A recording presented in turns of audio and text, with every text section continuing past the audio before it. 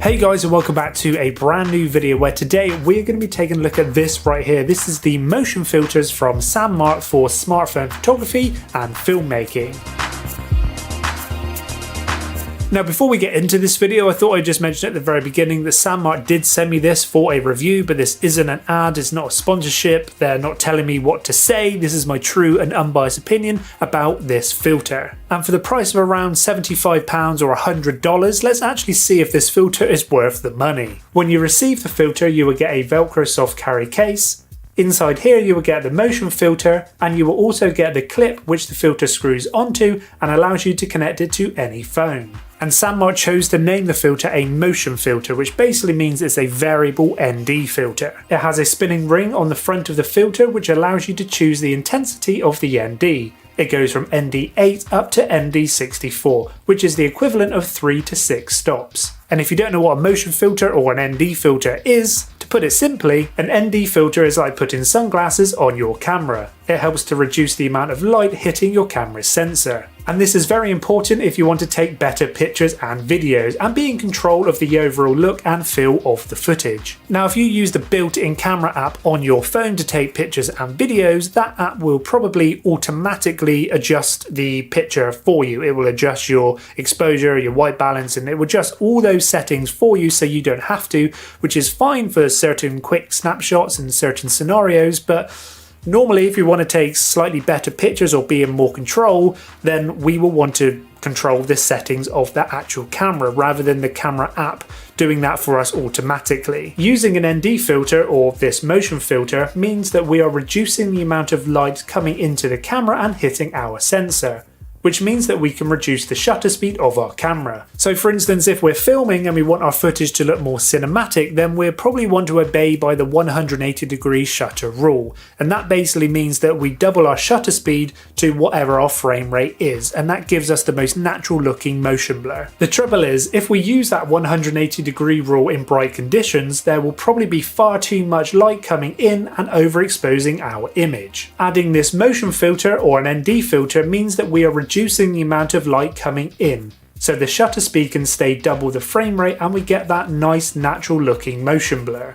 So for instance, at 24 frames a second we want to use a shutter speed of 1/48, at 25 frames we want 1/50th, 30 frames we want 1/60th, and 60 frames a second we want to use 1/20th of a second, and this will give us the most natural looking motion blur. If we don't do this and our shutter speed is set too high, then our image may look too choppy and super sharp and not very cinematic. And now this is the same shot using the SANDMARC motion filters and using the Filmic Pro app to get the correct shutter speed. And as you can see in this side-by-side shot, the one on the right using the SANDMARC motion filters and the Filmic Pro app looks far more natural and cinematic.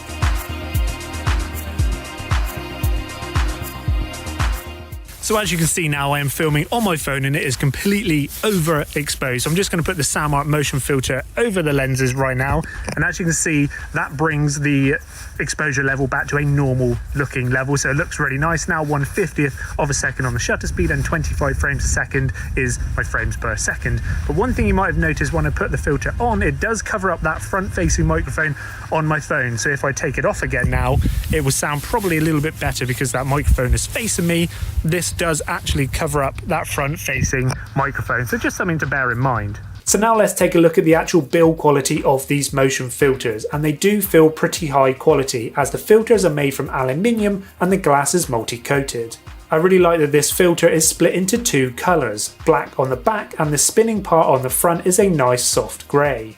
And this is where you will find the ND markings, which state the ND and show you how many stops of light it's reducing. When spinning, it stops on the lowest and the highest ND section, so you can get a feel of where these stops are. I think it would have been really good if there was a slight indication or ridge when I hit each one of those stops, that I didn't have to basically look at it to see which ND I was on. I could feel it click between each one, but being a variable ND filter or a motion filter, we don't actually have to stop on any one of those specific ND points. We can just spin it to get the desired look. But that is why it's nice to have those stops on each side of the highest and lowest point of the ND, that the filter doesn't just keep spinning round. We've only got this kind of small section, maybe a quarter a quarter of a turn, so we're not kind of getting lost in it just spinning round aimlessly. Also, something else which is really good about this filter is that we don't get that horrible cross going over our footage when we're spinning it around.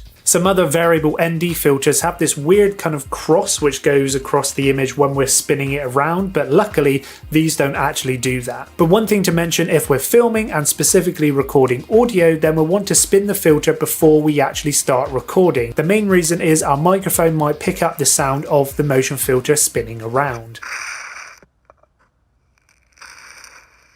But whilst we're on the subject of that, I would try to get in the habit of setting that motion filter before we start recording. There's a few reasons. One, because you don't want to get that sound in your shot. Two, that your fingers might actually get into shot when we're spinning it around. And three, when you're spinning it, you're going to be adding extra wobble to your shot, which we don't want. So just try to get into the habit of setting that motion filter prior to actually pressing record. So the clip that it comes with is plastic, but the thread is actually metal, so you don't really have to worry about it cross-threading and messing up that filter. The clip also has rubber on the front and the back of it, so when we clip it onto our phone, we don't have to feel like it's going to fall off, and it gives a nice solid kind of grip to our phone, and being rubber, we don't have to worry about it potentially scratching the glass on our phones. Another really great thing about the design of this clip and the filter is that if you have a phone with 3 cameras, then this clips over all 3 of those cameras. And you can then switch between each one of those cameras, and the filter doesn't block any of them, even when we use that ultra wide lens, which is awesome. Previously, I've used other filters on my phone which are a lot smaller than this one, and it only covered 1 camera at a time. So each time I wanted to change camera, I would then have to unclip it and clip it on each camera each time I wanted to use it. But you can really see that SANDMARC has thought about the design of this and made it a lot bigger, so it covers all 3 of the camera lenses on my iPhone. Now, I'm not sure if other manufacturers and different layouts of phones, if that will still be the same case, but for an iPhone, this filter covers all 3 of them, and we can switch between any camera without it blocking any one of those cameras. And this also means that if you use a case on your phone, that these filters will just clip over the phone and the case you already own. I'm one of those people who never uses a case on my phone, but if you do use a case, then these filters will clip over the top of them. Also, being on a clip like this makes it pretty much universal to fit onto any phone in the future. So if you decide to upgrade your phone once a year, for instance, that this clip should just clip onto your new phone. You don't have to worry about it just being designed for a specific phone. When you upgrade, clip this onto your new one. Well, it should pretty much fit onto any phone in the future, but you know what I mean. It's pretty universal. You're not buying into a case which only fits one specific phone. Also, another good thing is that if you already have other SANDMARC accessories like the anamorphic wide or macro lens, then these filters fit.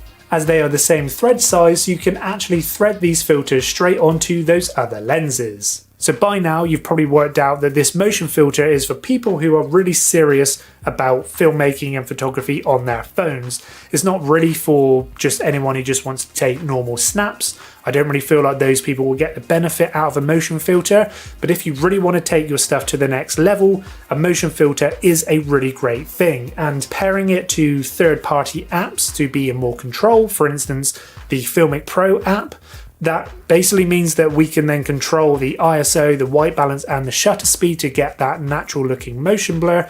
That is where you're really going to get the most out of these filters. A normal phone will just capture some really nice looking stuff, but if you really want to take it up a level and be in that full control of the image and how the light comes into the sensor, then a motion filter is definitely for you. So if you are interested, I will link the filter in the description down below. Head over and check out, get a bit more information, and pick one up if you like. Should also say again, thank you to SANDMARC for sending me this filter. It is really great. I've really enjoyed reviewing this and all of your other products as well. So hopefully you guys have enjoyed this video. If you have found it interesting and informative, please give it a big fat thumbs up, as it really does help. And until next time, keep on creating.